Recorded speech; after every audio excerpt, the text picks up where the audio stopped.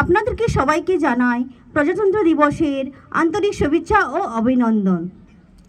আজ 26শে জানুয়ারি আমরা দেশের ৭৭তম প্রজাতন্ত্র দিবস উদযাপন করছি।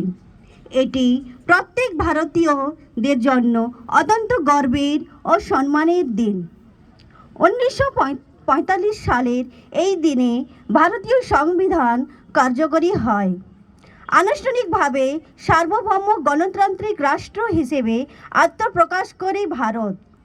সেই থেকে 26শে জানুয়ারি প্রজাতন্ত্র দিবস হিসেবে পালিত হয়।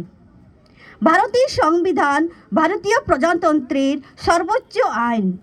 সেই সংবিধানের জনক ডক্টর ভীমরাও আম্বেদকর। তিনি জাতি, ধর্ম, লিঙ্গ নির্বিশেষে সংবিধান আমাদের নাগরিক মৌলিক অধিকার প্রদান করে দিয়েছেন। প্রজাতন্ত্র দিবস আমাদের শ্রী ভগৎ সিং, নেতাজি সুভাষচন্দ্র বসু, লালা লাজপত রায়, তাতিয়া টপি, গান্ধীজির মতন সংগ্রামীদের আত্মত্যাগের কথা মনে করিয়ে দেয়। তারা আমাদের স্বাধীনতার জন্য লড়াই করেছিলেন, যাতে আমরা একটি গণতান্ত্রিক দেশে স্বাধীনভাবে বসবাস করতে পারি। প্রিয় শিক্ষার্থীরা, তোমরাই ভারতের ভবিষ্যৎ। আমাদের দেশের অগ্রগতি, জাতি গঠনে তোমাদের বিশেষ অধিকার রয়েছে। আমাদের সেই শিক্ষক হিসেবে তোমাদের কাছে দায়িত্ব রয়েছে। আমরা শুধু শিক্ষাবিদ নয়, আমরা সেই পরামর্শদাতা যারা ভারতের ভবিষ্যৎ গঠন করে। শিক্ষার্থীদের জ্ঞান, শৃঙ্খলা, সততা ও দেশপ্রেম শেখানোই আমাদের কর্তব্য। আমাদের ছোট ছোট প্রচেষ্টা বড় পরিবর্তন আনতে পারে।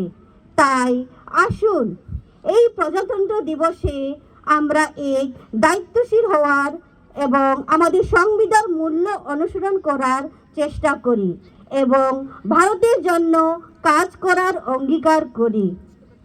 আসুন আমরা এই দিনটি গর্ব, ঐক্য এবং দায়িত্বের সাথে উদযাপন করি।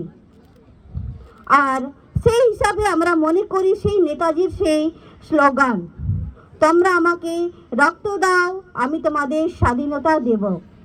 সেই আন্দোলন যার ক্ষেত্রে আমরা আজকে গর্বের সাথে এই আনন্দশীলে এই দিনটিকে আমরা পালন করছি। এই বলে আমি আমার এই ছোট বক্তব্য এখানেই শেষ করছি। ধন্যবাদ। জয় হিন্দ, জয় ভারত।